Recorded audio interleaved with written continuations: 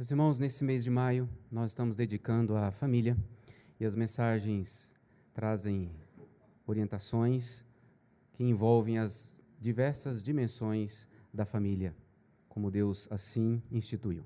Semana passada nós vimos e ouvimos sobre uma família segundo o coração de Deus. Hoje, tendo de volta o reverendo Jailson, que estava viajando, chegou e foi pego por uma enfermidade e pela graça de Deus recuperou-se. Está aqui conosco para trazer a mensagem, refletindo sobre esposo e esposa, aliança no Senhor. Então nós vamos orar nessa hora para que Deus fale profundamente ao nosso coração. A mensagem do domingo passado já está disponível no nosso canal, você pode acompanhar depois todas as mensagens e assim também divulgar para que alcance pessoas e sejam abençoadas pela palavra do Senhor.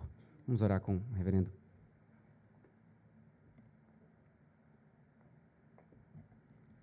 Pai, nós somos gratos, porque a nossa vida está nas Tuas mãos e o Senhor sempre nos sustenta e nos dá aquilo que nós precisamos para cumprirmos a Tua vontade. Obrigado pela vida do reverendo Jailson, todo o tempo que ele esteve fora, o Senhor esteve guardando ele, todo o grupo da viagem. E essa semana, onde ele passou momentos difíceis com a sua saúde, nós também intercedemos como igreja durante a semana. Temos a alegria de estar com ele nessa noite, já em franca recuperação. Supra aquilo, ó Deus, que ainda é necessário para que teu filho possa pregar com energia, com força que vem do Senhor, e assim expor a tua palavra com fidelidade, para que os nossos corações sejam transformados e vivamos para a tua glória. Nós oramos em nome de Jesus Cristo. Amém. Amém. Boa noite, igreja. Que a graça e a paz do Senhor estejam presentes em nossas vidas nesta noite. O pastor Web disse que eu fiquei enfermo. Quando cheguei, eu acho que era saudade da Celiane e ela com saudade de mim também, né? Porque quando eu cheguei, ela também estava enferma. Vamos abrir nossas Bíblias em Efésios capítulo 5, versículo 21 ao 33.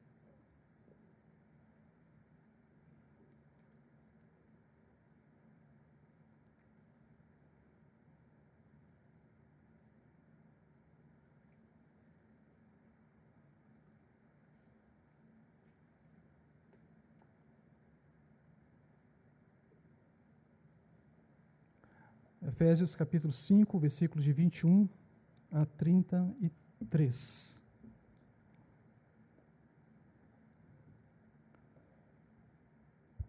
Diz a palavra do Senhor. Sujeitando-vos uns aos outros no temor de Cristo, as mulheres sejam submissas ao seu próprio marido como ao Senhor, porque o marido é o cabeça da mulher, como também Cristo é o cabeça da igreja, sendo este mesmo o Salvador do corpo.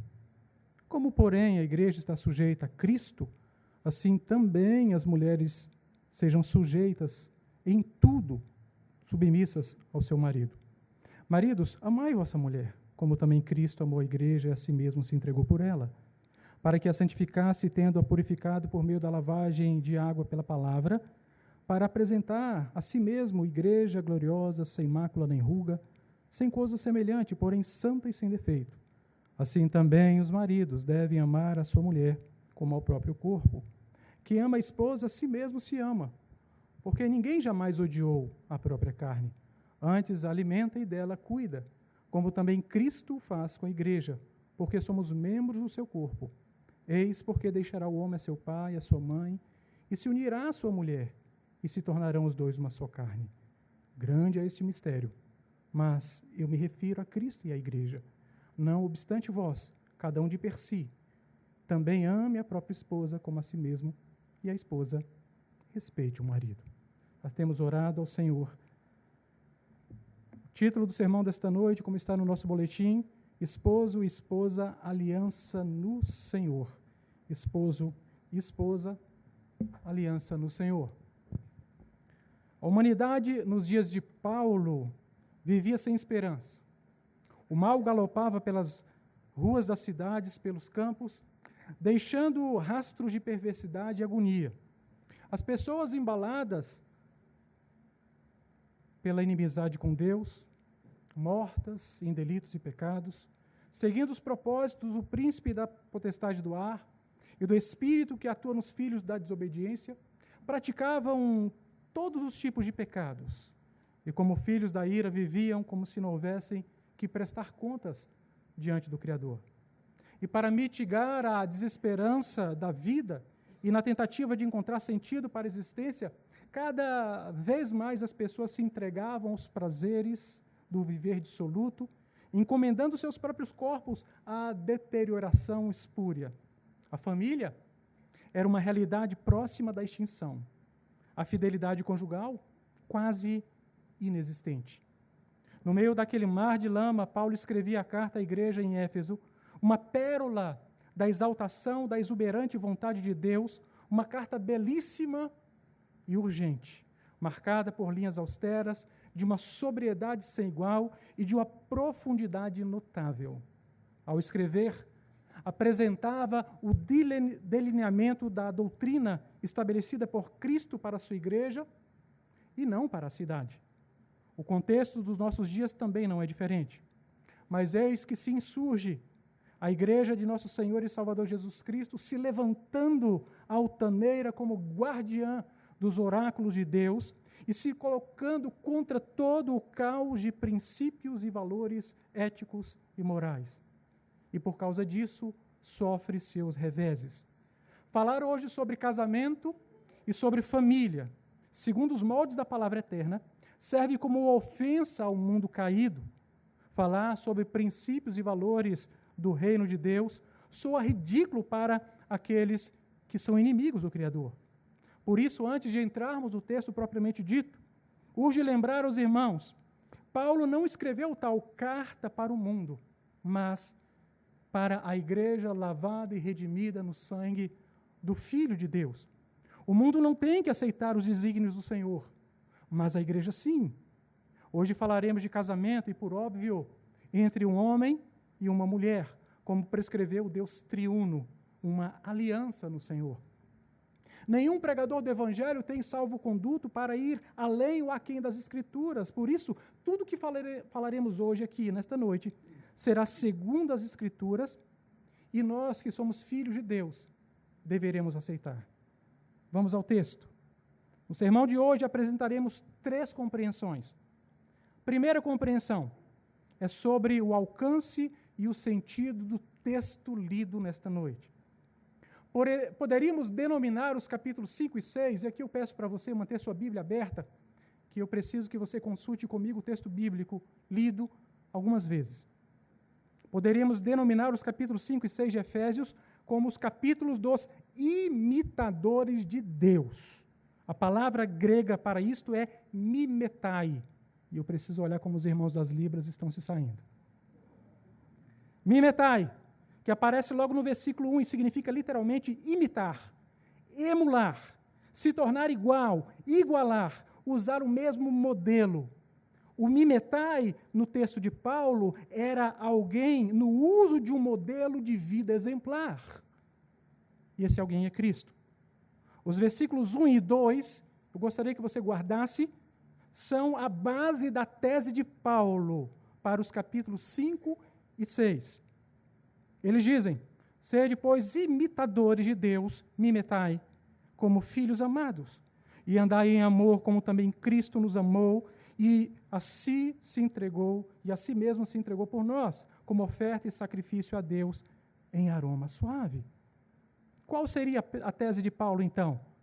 A tese de Paulo é, filhos amados são imitadores de Deus. Filhos amados imitam a Deus. E qual seria o modelo para tal imitação? O modelo é o próprio Cristo, que andou em amor e por isso se entregou por nós como oferta e sacrifício a Deus em aroma suave. Ou seja, tudo que nós vamos ver nos capítulos 5 e 6 vai partir da tese, filhos de Deus imitam a Deus e Cristo é o modelo na imitação. Ok? Vamos ler todo o capítulo 5 e todo o capítulo 6 com base nessa tese. Agora, como é possível imitarmos a Deus? Primeiro, só é possível imitarmos a Deus andando em amor, está em Efésios capítulo 5, versículos 1 e 2. Depois, só é possível imitarmos a Deus andando na luz, Efésios 5, de 3 a 14. Só é possível imitarmos a Deus andando em sabedoria, Está em Efésios 5, do 15 ao 17. Mas com a sua Bíblia aberta, entenda que os versículos 18 a 21, Paulo amplia as formas de imitarmos a Deus. Então ele vai dar alguns outros exemplos. Primeiro, não se embriagando, mas se enchendo do Espírito Santo. Segundo, eu acho lindo, falando com salmos. Eu fico pensando, o que Paulo queria dizer isso, falar com salmos? É como se tudo aquilo que a gente falasse servisse como louvor a Deus, como filhos, como imitadores. Terceiro, entoando e louvando de coração ao Senhor com hinos e cânticos espirituais. Quarto, dando sempre graças ao nosso Deus e Pai por tudo em nome do Senhor Jesus. E em quinto e último lugar, e aqui eu gostaria que você também guardasse, frisasse, se possível, em sua Bíblia, sujeitando-vos uns aos outros no temor de Cristo. Entenda uma coisa, que para nós é deveras importante, para o lugar em que eu pretendo levar você a chegar nesta noite. Entenda, a divisão do texto bíblico em capítulos e em versículos não procede do texto original. Paulo não escreveu utilizando-se de uma técnica de dividir o texto em capítulos, versículos ou outras divisões. Não. Paulo escreveu uma carta sem divisões. Compreenda. Logo, os primeiros exegetas na história da igreja já houvessem, eles foram dividindo a Bíblia em capítulos e outros exegetas em versículos.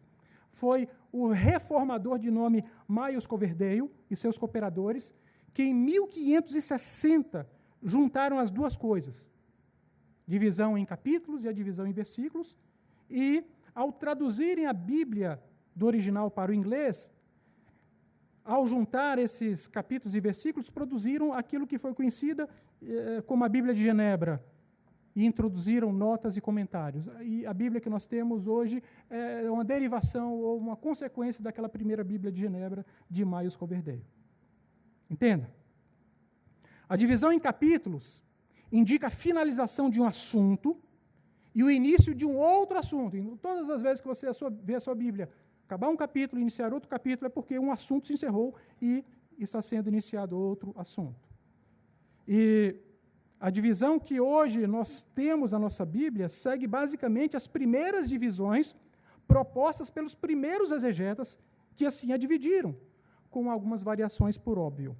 Em seguida, com o aprimoramento do trabalho exegético, o texto bíblico foi novamente dividido, sendo acrescentado as divisões de parágrafos e perícopes.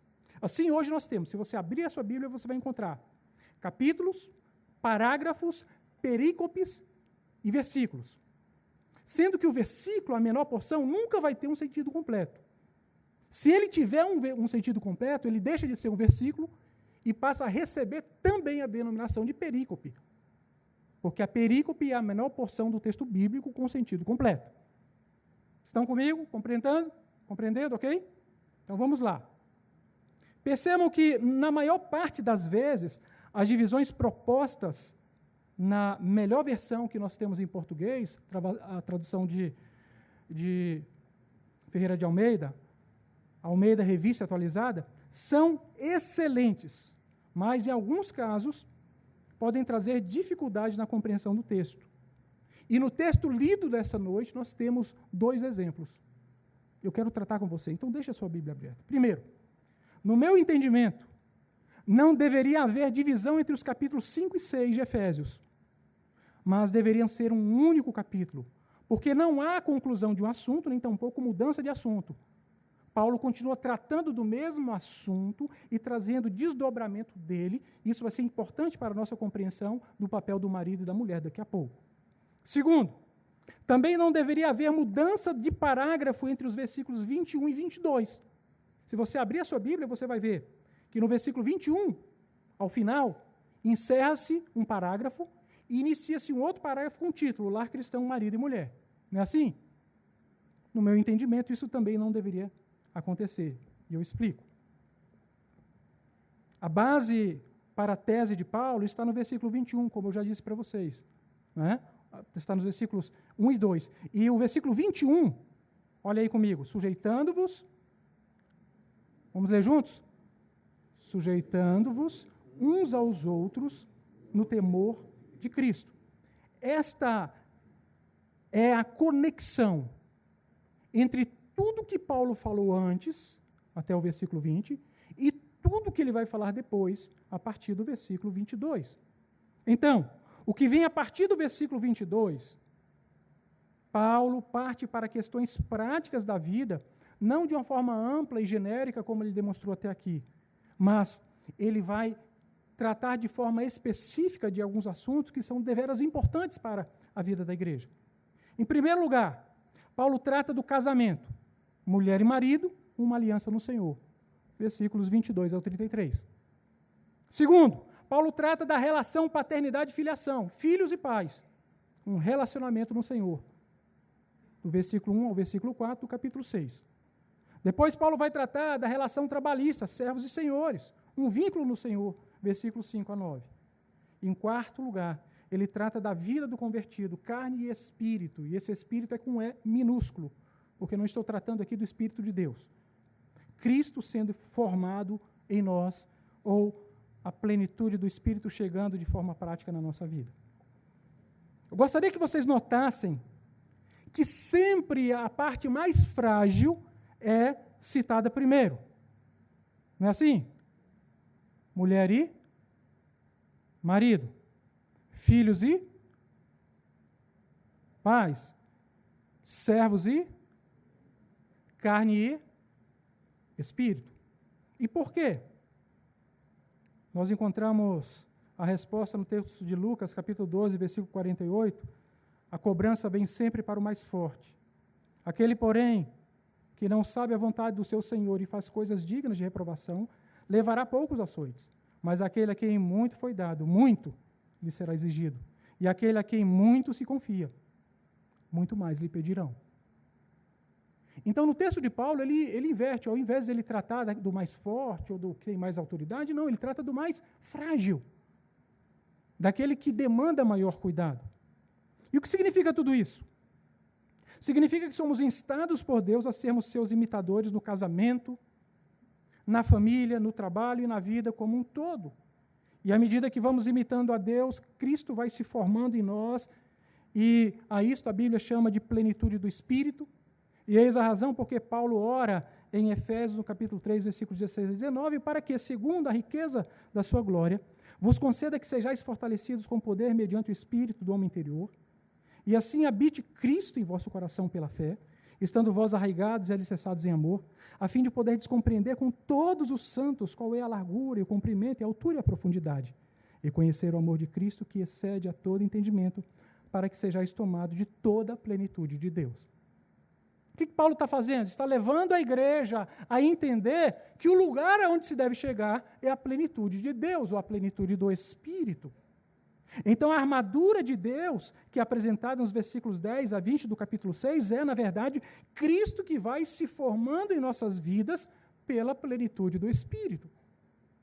Todas essas coisas estão conectadas ao versículo 1 e 2 do capítulo 5 e ao versículo 21, sujeitando-vos uns aos outros no temor de Cristo. Mas hoje o nosso assunto é casamento, então eu quero deixar bem claro que a partir daqui vamos falar de casamento segundo a vontade de Deus e de acordo com o estabelecido pela palavra de Deus. E aqueles que não quiserem, portanto, ser um mimetai, um imitador de Deus, têm todo o direito de não aceitar o que a Bíblia prescreve. Mas para todos nós, que somos aqueles que querem sim ser mimetai, não temos por que recusar. E devemos nos lembrar que um servo nunca reclama, apenas cumpre a vontade do seu Senhor. Segunda compreensão.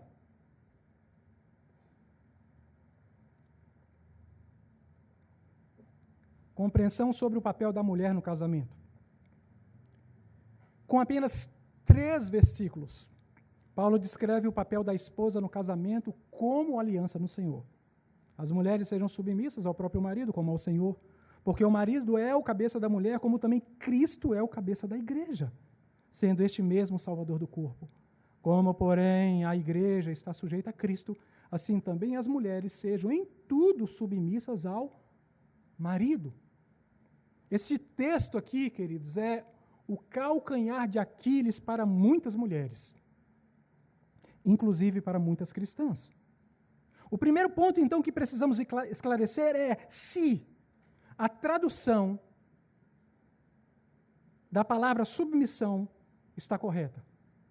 Se a tradução do grego para o português está correta, usando a palavra submissão. A palavra grega que aparece no versículo 21 é a palavra hipotasso. Olha lá, hipotasso. Amém? A palavra hipotasso significa literalmente sujeitar-se, subordinar-se, submeter-se. Então, podemos garantir que a tradução bíblica do grego koiné para o português está correta. Mas, reparem numa coisa. Os versículos 21 e 22, eu tenho dito até aqui, estão vinculados diretamente. E que são, na minha opinião, inseparáveis. Por quê? Porque a palavra hipotasso não aparece redigida no versículo 22, como está na sua Bíblia. Leia aí na sua Bíblia. Vamos ler juntos, queridos, versículo 22. As mulheres sejam submissas ao seu próprio marido, como ao Senhor. Foi tão fraquinho, né? Vamos ler de novo?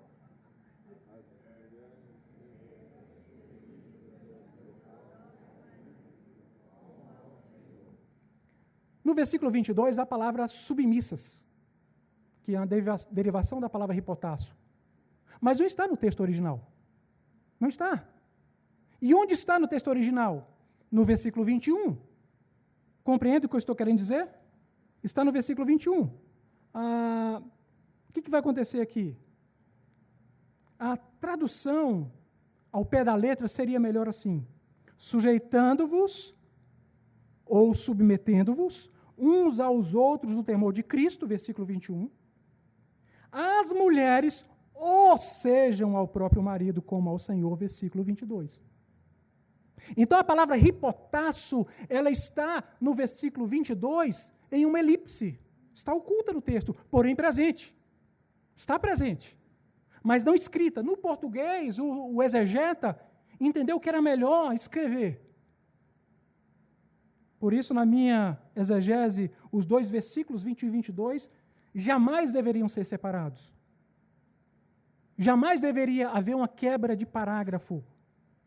E isto é assaz importante para entendermos a extensão do ensino de Paulo.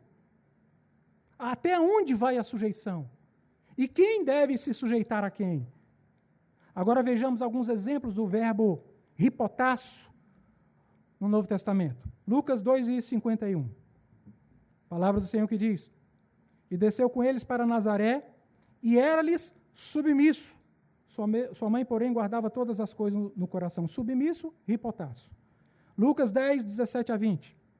Então regressaram 70 possuídos de alegria, dizendo: Senhor, os próprios demônios se nos submetem pelo teu nome. Não obstante, alegrai-vos. Versículo 20. Não porque os espíritos se vos submetem, e sim porque o vosso nome está arrolado nos céus. Submetem, hipotasso, hipotasso. 1 Coríntios 15:27-28. Porque todas as coisas sujeitou debaixo dos pés, hipotasso. E quando diz que todas as coisas lhes estão sujeitas, hipotasso, certamente exclui aquele a quem lhe subordinou, hipotasso. Quando, porém, todas as coisas lhe estiverem sujeitas, hipotasso, então o próprio Filho se sujeitará, hipotasso, àquele que todas as coisas lhe sujeitou, para que Deus seja em tudo, tudo em todos. Hipotasso. Qual é o sentido da palavra?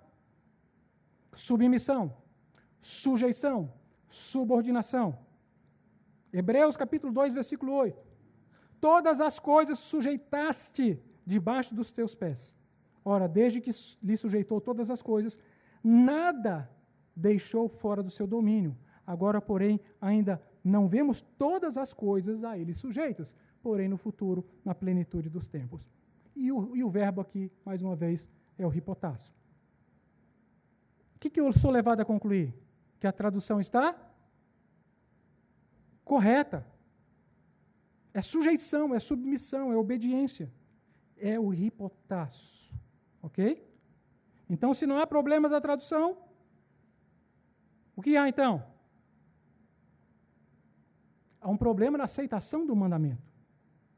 E se há um problema na aceitação do mandamento, aí teremos um outro problema mais difícil, que é um problema de conversão. Que somente um filho de Deus convertido aceita o mandamento de Deus. Não tem problema de tradução? Não. Não tem problema de aceitação também? Não. Então, glória a Deus. Agora, neste momento, cabe a mim fazer uma correção exegética.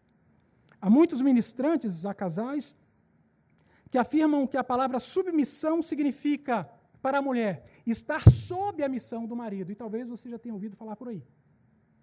Isto não é verdade. Esse é um erro grotesco, tanto de filologia quanto de semântica. Dizem tais ministradores que a mulher está sob a missão do marido para amainar a palavra submissão. O simples olhar para os textos exemplificativos da palavra hipotasso, seja na expressão do verbo no grego, seja também no português, nos demonstra que essa tese está errada. Se não, vejamos. Por óbvio, Maria possuía uma missão. Se eu digo que Jesus estava submisso à missão de Maria, estava sob a missão de Maria, eu estou dizendo que a missão de Cristo era estar sob a missão de Maria. O que seria um erro teológico sem precedentes. E aí nós seguiríamos os romanistas. E o próprio Jesus diz, não sabeis que me cumpria fazer a vontade de meu Pai? Esta é a missão do Filho. E não está sob a missão de Maria. No caso dos discípulos, por exemplo, que receberam a missão de pregar o Evangelho, os demônios se submeteram impositivamente devido à autoridade que lhes foi outorgada pelo próprio Cristo. Isso não quer dizer que os demônios estejam sob a missão dos discípulos, pelo contrário. Eram opositores. Se opunham à missão dos discípulos porque era a missão do próprio Filho. E no caso da sujeição de todas as coisas tratadas por Paulo aos Coríntios e pelo escritor aos Hebreus, percebemos que todas as coisas são alvo do domínio de Cristo, devendo-lhes obrigatoriamente submissão, sujeição, subordinação, obediência. Então nós não podemos ensinar dessa maneira. A mulher não está sob a missão do marido. Não, o Senhor nunca falou isso em sua palavra. Não há um texto bíblico que fale sobre isso. A mulher deve submissão ao marido, que é bem diferente.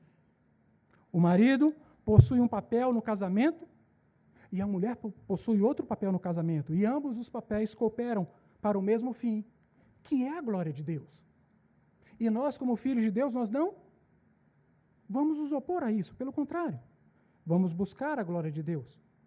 Entendam, a mulher não está sob o marido, nunca esteve, mas ao lado do marido como coadjuntora idônea.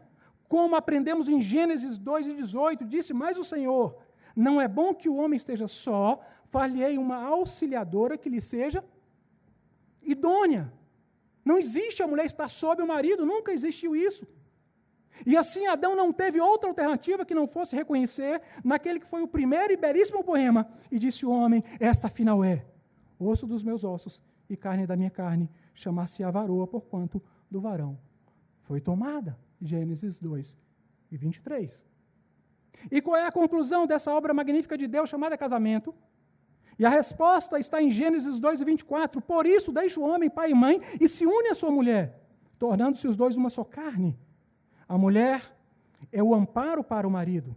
Agora, ele não precisa mais de papai e de mamãe, porque possui esposa. Amém? Por isso a mulher não está embaixo do homem. Pelo contrário, está ao lado. Então, como a mulher poderia estar embaixo do marido? A mulher é alvo da missão do marido, assim como o marido também é alvo da missão da mulher.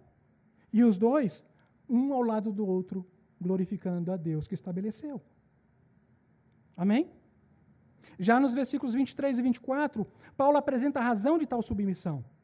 Porque o marido é o cabeça da mulher, como também Cristo é o cabeça da igreja, sendo este mesmo Salvador do corpo. Como, porém, a igreja está sujeita a Cristo, assim também as mulheres sejam em tudo submissas ao seu marido. A razão apresentada por Paulo é o exercício da autoridade estabelecida por Deus. Então, o marido é o cabeça, significa ele é a autoridade, ele é aquele que possui autoridade e aquele que deve exercer liderança. Preste atenção. E o que isto não significa? Primeiro, não significa que a mulher seja inferior ao homem.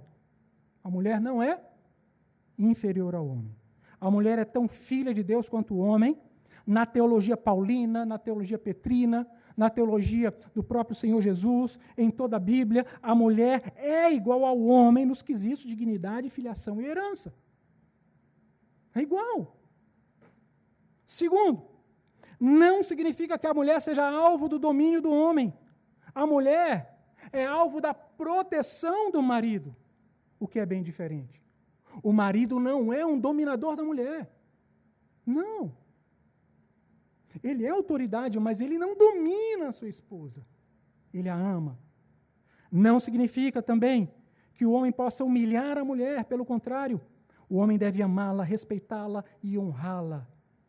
Lembrem-se da conclusão de Adão. Esta, afinal, é. Ele está dizendo, eu encontrei que alguém que é igual a mim. Afinal, é.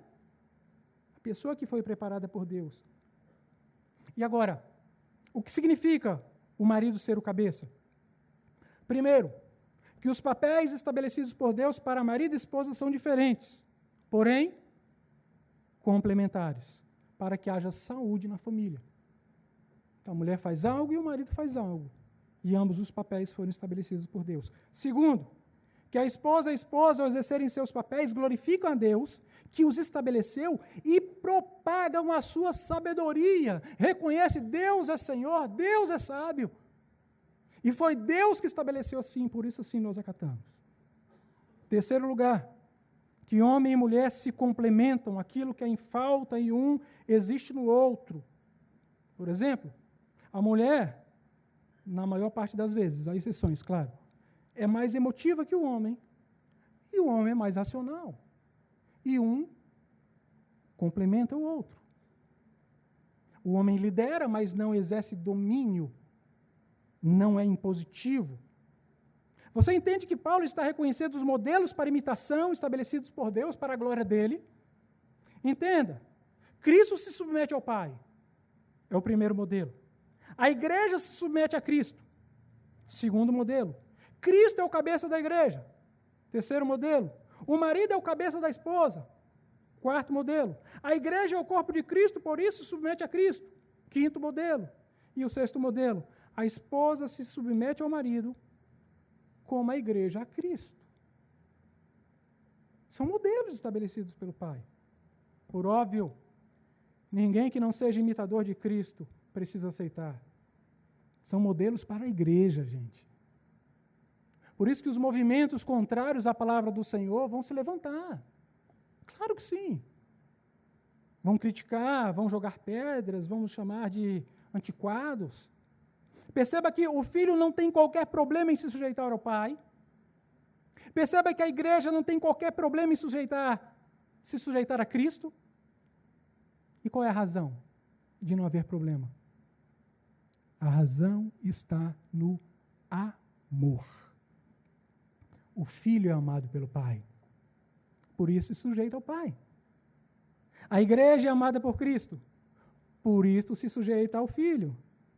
A esposa que se sente amada pelo marido não terá qualquer problema em se sujeitar a ele, porque sabe que seu marido o ama e fará tudo por ela. Amém, mulheres? Por outro lado, as mulheres que se sentem inseguras com tal mandamento precisam entender que o versículo 21 diz que tal sujeição se dá no temor de Cristo. E aqui eu quero pontuar isso e deixar bastante claro. A sujeição da mulher ao marido se dá no temor de Cristo. E o que significa a expressão no temor de Cristo? Primeiro, que nenhum marido poderá abusar da condição de liderança e de autoridade. A obediência da mulher não é uma cega obediência. Ela é mitigada pela palavra do Senhor. Segundo, que nenhum marido exigirá da esposa mais do que o próprio Jesus exigiria de sua igreja. Então, ouçam, maridos, há um limite para o exercício da sua autoridade, e esse limite é Cristo. Cristo é a parede limite. E ninguém, em sã consciência, corre e se joga de cabeça contra uma parede. O limite é Cristo. E eu repito, marido, nunca exija de sua esposa o que Cristo não exigiria de sua igreja. Nunca exija algo que fira a consciência cristã de sua esposa. Cristo é o limite. E isto vale para todos os assuntos, inclusive aqueles entre quatro paredes. E eu sei que você me entende. E quanto a isto, Pedro ensinou: maridos, vós igualmente viver a vida comum do lar, com discernimento, e tendo consideração para com a vossa mulher como parte mais frágil. Tratai-a com dignidade, porque sois juntamente herdeiros da mesma graça de vida, para que não se interrompam as vossas orações. Então, a esposa é a parte mais frágil. Todos os assuntos que você quiser tratar em relação ao seu casamento, sobretudo aqueles assuntos íntimos, a esposa é quem estabelece, porque ela é a parte mais frágil. Como Cristo jamais abusaria de sua igreja, assim o marido não o faria em relação à sua esposa, porque é a parte mais frágil. Terceira compreensão. Compreensão sobre o papel do marido no casamento. Se Paulo usou o correspondente a 3 versículos para tratar do papel da mulher, usou o correspondente a 9 versículos para tratar do papel do marido. A quem mais é dado, mais lhe será cobrado. E eu quero iniciar recordando o que disse há pouco, já 1, 2, 3 vezes, que o versículo 21 é o conectivo. O que diz o versículo 21? Sujeitando-vos, vamos todos, sujeitando-vos uns aos outros no temor de Cristo. Esse é o conectivo. Ou seja, o versículo 21 é o conectivo para o papel da mulher, mas também é o conectivo para o papel do marido no casamento, com uma aliança no Senhor. Ok, pastor, e o que isso quer dizer? Primeiro, quer dizer que a mulher se sujeita ao marido, mas também que o marido se sujeita à mulher.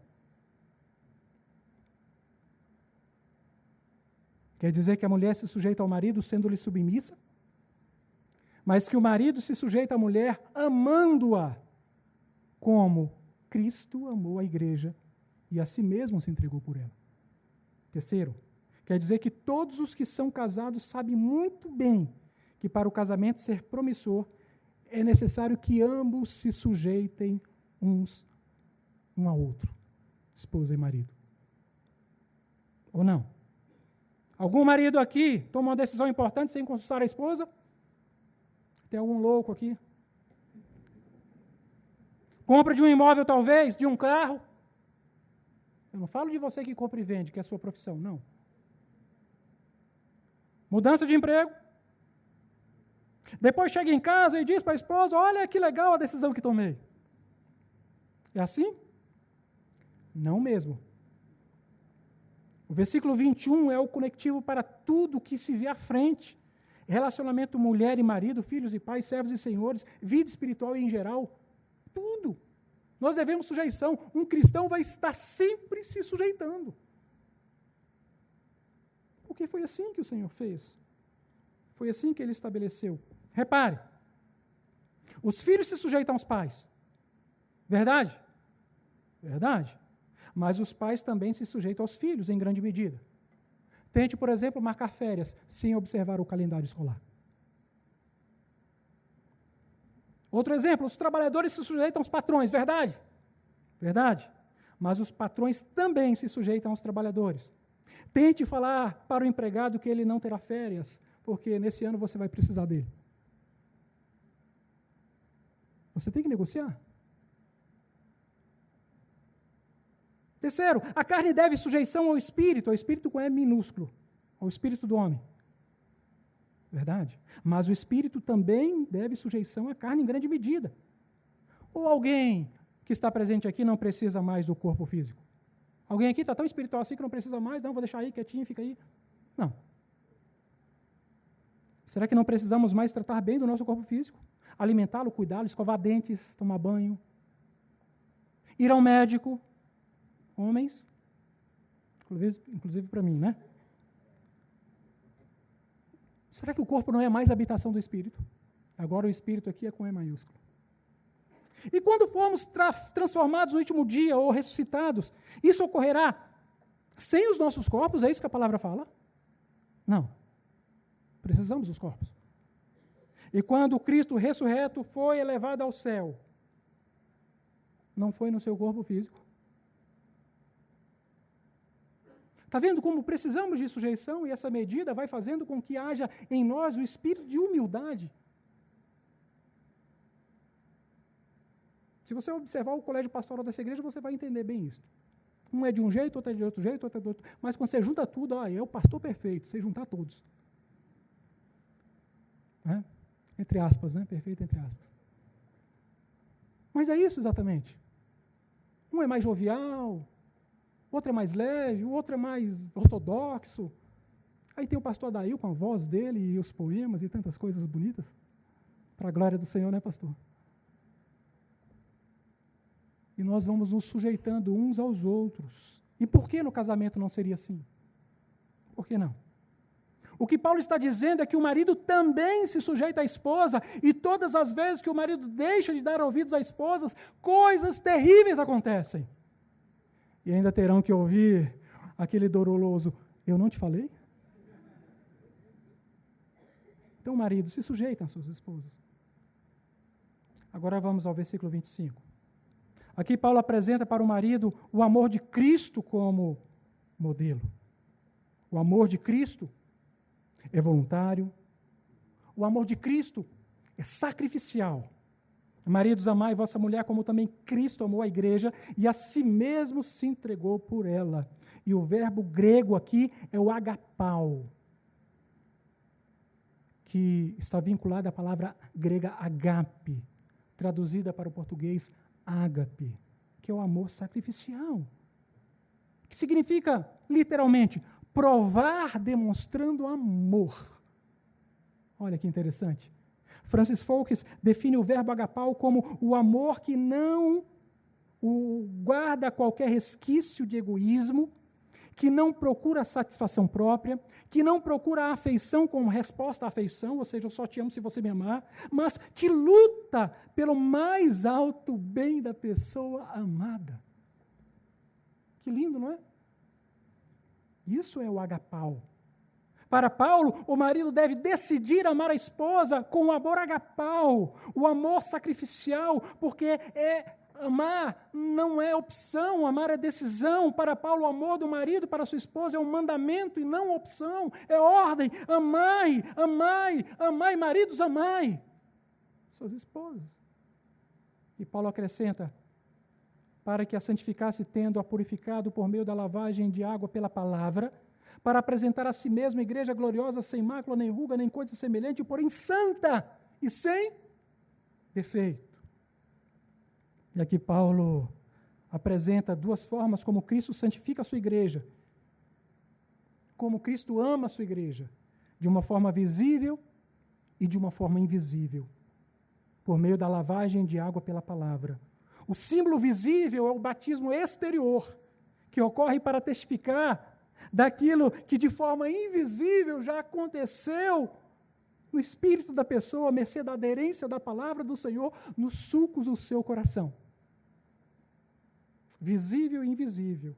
E assim o amor de Cristo por sua igreja se mostra de forma visível e invisível, e também deve ser a demonstração do amor do marido para com sua esposa, de forma visível e invisível. Não apenas onde e quando as pessoas podem ver, mas, sobretudo, onde e quando não podem ver. Para Paulo, amar é muito mais do que eu te amo. Muito mais do que isto. É fazer o amor acontecer. Para Paulo, o marido deve amar sua esposa não apenas por causa da beleza que nela há, mas para torná-la mais bela ainda, gloriosa, sem mácula nem rugas, nem coisa semelhante, porém santa e sem defeito. A mulher verdadeiramente amada por seu marido é bela, é radiante, vocês podem ver, sua pele é cheia de viço. Por onde quer que passa, espalha o esplendor típico das mulheres amadas. Ao contrário das mal amadas, não é? A história do casamento como aliança de Deus é a história do esforço de amor e de sacrifício, e o próprio Deus se dá como modelo. Vejamos uma ilustração na própria Bíblia. No Antigo Testamento, encontramos a ideia do amor conjugal para demonstrar o amor de Yahvé por sua esposa Israel, seu povo eleito.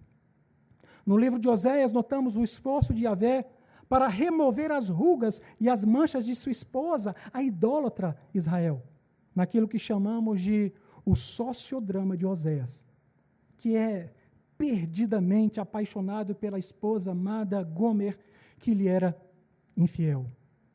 Mas Oséias perdoa os seus muitos adultérios, compra sua liberdade e traz Gomer de volta para casa.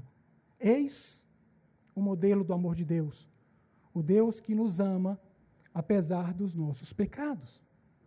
Amém?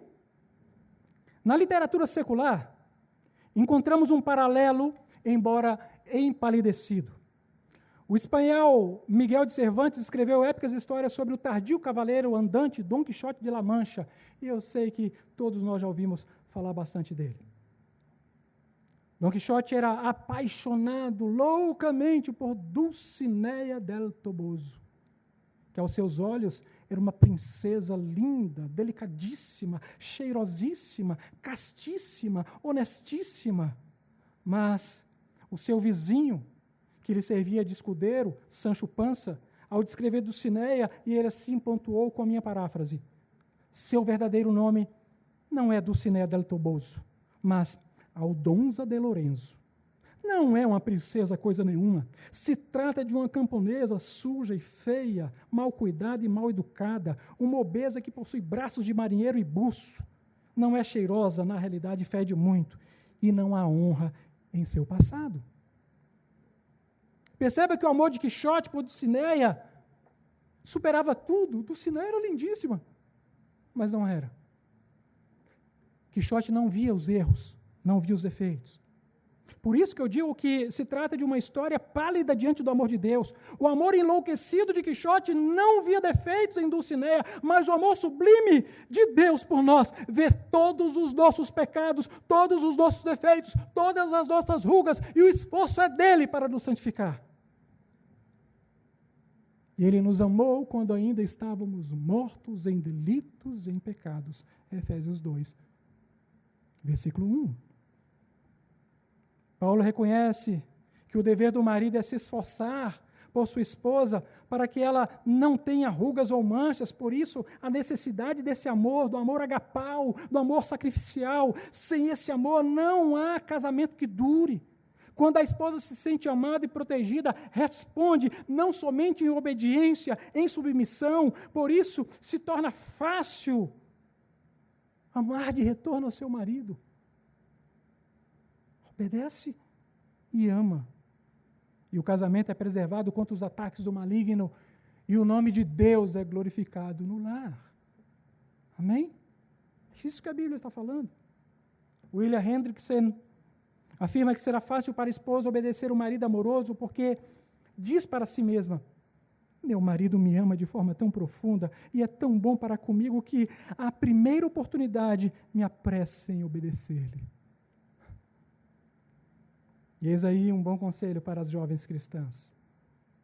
Você, moça, ouça. Busquem no Senhor homens de Deus, que verdadeiramente decidam amar vocês em todos os momentos, amar de verdade. E assim, será fácil a vocês obedecê-los. Do contrário, encontrarão tristeza e sofrimento, e uma vida de chicotes e escorpiões, dores e lágrimas. Escolha um marido cristão, um verdadeiro servo do Senhor. Entendam? No primeiro paradigma do versículo 25, o marido deve amar a esposa como Cristo ama a igreja.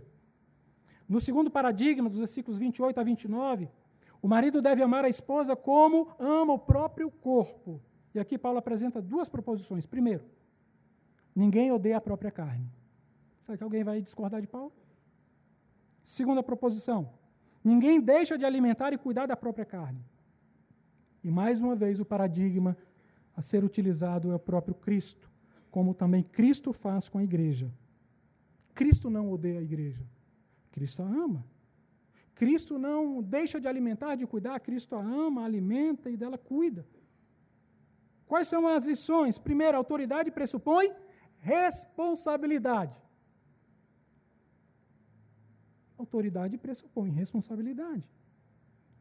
Por isso que Paulo trabalha com negativo e um positivo. O negativo, quem ama não odeia. E o positivo, quem ama cuida, alimenta, trata bem. Então, querido irmão casado, se você se casou e ninguém te obrigou a isto, você tem o dever de tratar bem a sua esposa, como Cristo trata bem a sua igreja.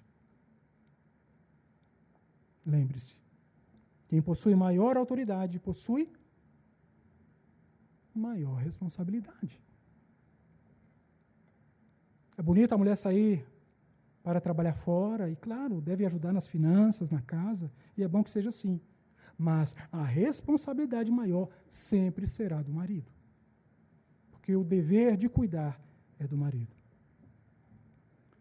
Vamos ao versículo 30.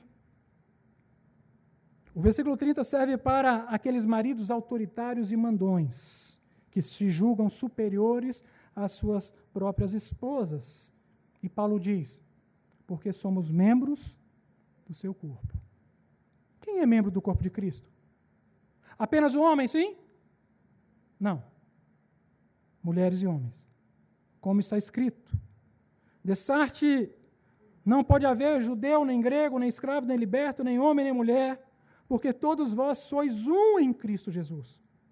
E se sois de Cristo, também sois descendentes de Abraão e herdeiros segundo a promessa. Gálatas 38, 3, 28 a 29. Gálatas 3, 28 a 29. Então, o marido deve sempre se lembrar disto. Somos membros do mesmo corpo. E eu concluo o sermão, queridos, nessa noite. Na mesma linha do pensamento exordial, dizendo que Paulo está tratando com casais cristãos. Esse modelo não é para o mundo vai recusar. Mas para casais cristãos que buscam ser imitadores de Deus, mimetai, que não se dobram ao modelo do mundo, mas se submetem à vontade de Deus. E é por isso que o próprio apóstolo Paulo encerra afirmando que essa é a razão porque deixa o homem pai e mãe e se une à sua mulher. E também a razão porque a mulher se deixa conduzir pelo homem, que deixou pai e mãe, porque ambos entenderam a vontade de Deus para o casamento e decidiram glorificar a Deus por meio do matrimônio. Então, queridos irmãos, se muitas vezes não é fácil para a mulher, também não é fácil para o homem. Mas ambos, ao se submeterem à vontade do Pai, buscarão sempre cumprir tal vontade. E essa vontade está revelada em sua palavra. Tendo o versículo 21 como mote, sujeitando-vos uns aos outros no temor de Cristo. O marido e a mulher cooperam para a solidez do casamento e da família por meio da sujeição mútua. A esposa se submete ao marido, obedecendo. O marido se submete à esposa, amando-a. Às vezes os modelos do mundo podem parecer melhor, mas só parece.